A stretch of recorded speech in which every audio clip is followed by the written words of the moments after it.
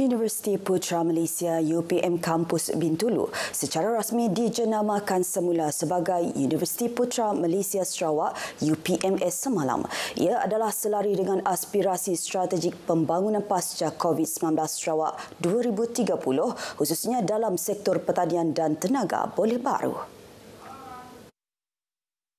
Menurut laporan Unit Komunikasi Awam Sarawak UKAS, Premier Dato' Petinggi Tan Sri Abang Johari Tun Nopeng berkata antara bukti kesungguhan kerjasama strategik antara Kerajaan Sarawak dan UPMS ialah projek inovasi pertanian mampan dan keselamatan makanan. Beliau berkata demikian ketika berucap pada Majlis Pengisytiharan Universiti Putra Malaysia Sarawak UPMS yang berlangsung di Istana Alam Shah Klang, Selangor Darul Ehsan. Tambahnya, pengisytiharan UPMS sebagai universiti penuh juga merupakan satu pengiktirafan terhadap peranan strategik institusi itu.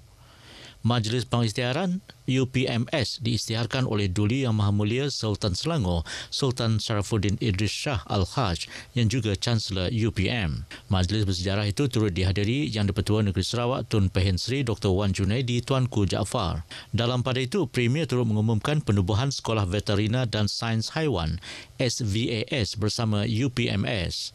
Inisiatif itu bagi menggalakkan penglibatan anak Sarawak dalam bidang veterina sekaligus memperkukuh kelestarian industri ternakan serta peningkatan tahap kesihatan haiwan di Sarawak. Kerajaan Sarawak juga katanya akan menyalurkan dana berpanjangan bagi menyokong SVAS. Pejabat Perdagangan dan Pelancongan Sarawak di Singapura status terus memperkukuh peranannya dalam mempromosikan Sarawak sebagai destinasi utama bagi pelaburan, perdagangan dan pelancongan di Republik Singapura serta pasaran antarabangsa.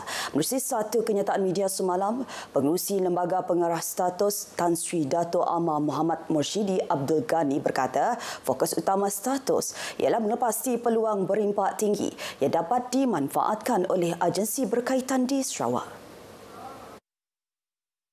Katanya, status memainkan peranan penting dalam memudah cara dan mempromosi kepentingan Sarawak dengan mengenal pasti prospek bernilai tinggi, menggalakkan kerjasama strategik serta membuka peluang pelaburan, perdagangan dan pelancongan yang boleh dilaksanakan.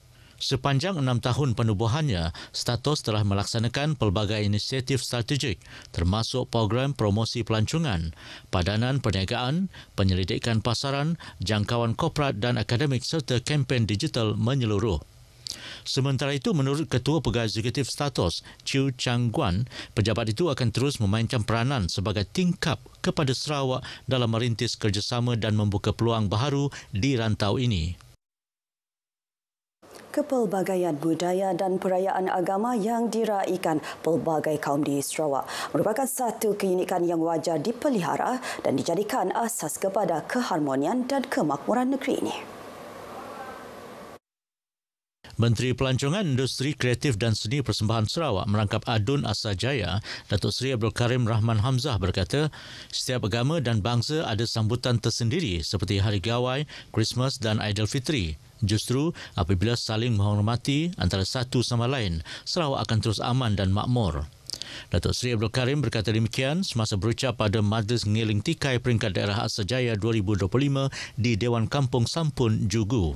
Beliau turut menyentuh mengenai masa depan Asajaya yang kini dianggap sebagai sebahagian daripada lingkaran pembangunan Bandaraya Kuching. Majlis Anjuran Pejabat Daerah Asajaya itu turut dihadiri Timbalan Menteri Kemajuan Desa dan Wilayah merangkap Ahli Parlimen Kota Semarahan, Datuk Rubiah Wang. Penganjuran Pesta Babulang dan Lumba Kerbau edisi ke-20 yang berakhir Ahad lepas berjaya menarik ribuan pengunjung termasuk pelancong dari negara jiran Brunei Darussalam. Mereka yang ditemui pemberita RTM merasa teruja dengan pesta yang sinonim dengan kaum Bisaya di bahagian utara negeri ini. Terujalah kami melihat Pesta Babulang ini. Sebelum ini aku pernah datang ke sini ketika umurku 8 tahun. Kalau bagi kami baguslah. Kalau boleh diadakan lagi selalulah macam inilah. Bagiku sih pulang ni ada acara macam mana lagi pun kami baru first time datang ke sini. Macam best lah. Pertandingan Lumba Kerbau sebagai tarikan utama pada Pesta Babulang membuktikan acara menarik pengunjung dalam dan luar selain mengangkat kaum Bisaya di pesada dunia. Menurut Presiden Persatuan Bisaya Sarawak, Joseph Belandoy, semasa ditemu bual Limbang FM menyatakan Pesta Berbulang dan Lumba Kerbau mempunyai potensi besar untuk diangkat ke pesada antarabangsa. Sarawak Forestry Corporation SFC akan mengaktifkan operasi pemburuan buaya di kawasan Sungai Paruh, Kuching susulan insiden serangan reptilia itu malam Jumaat lepas. Menurut Pengurus Besar SFC, Controller Taman Negara dan Rizab semula jadi Controller Hidupan Liar, Abang Arabi Abang Imran. Operasi itu dijalankan bagi memastikan kawasan terbabit bebas dari reptilia buaya. Operasi yang bermula hari ini hingga 13 Julai depan melibatkan kerjasama antara pasukan SWAT SFC dan agensi penguatkuasaan lain. Dalam satu kenyataan media kepada RTM, dedahnya lagi, beliau turut menasihatkan orang awam untuk menangguhkan sebarang aktiviti sungai di kawasan tersebut sepanjang tempoh operasi dijalankan. SFC turut mengingatkan orang awam untuk tidak membuang sisa makanan yang berisiko menarik kehadiran buaya. Dalam kejadian malam Jumaat lepas, Jacob Tuan, 32 tahun, mati dibaham buaya semasa sedang memancing bersama bapa mertuanya di sungai terbabit. Jabatan Tanah dan Survey JTS Sarawak telah menyukat seluas 2.9 juta ekar tanah hak adat Bumiputera NCR secara perimeter di bawah Seksyen 6 Kanun Tanah Negeri setakat 31 Mei lepas.